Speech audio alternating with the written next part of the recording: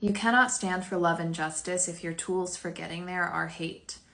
The ends do not justify the means are the end. You cannot abuse your way into health. You cannot war machine your way into peace. You cannot control your way into freedom. The ego likes to be right, it likes to be certain, and it likes to assert itself over all others.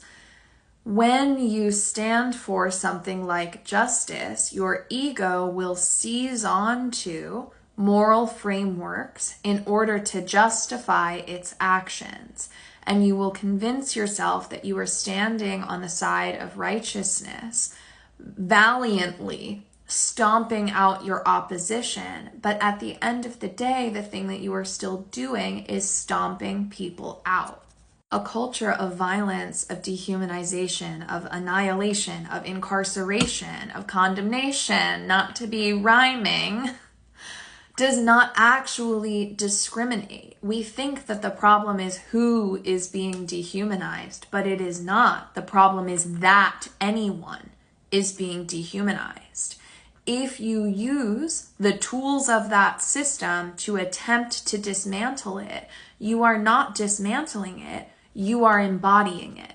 The ego will always tell you that you are on the side of goodness and of rightness.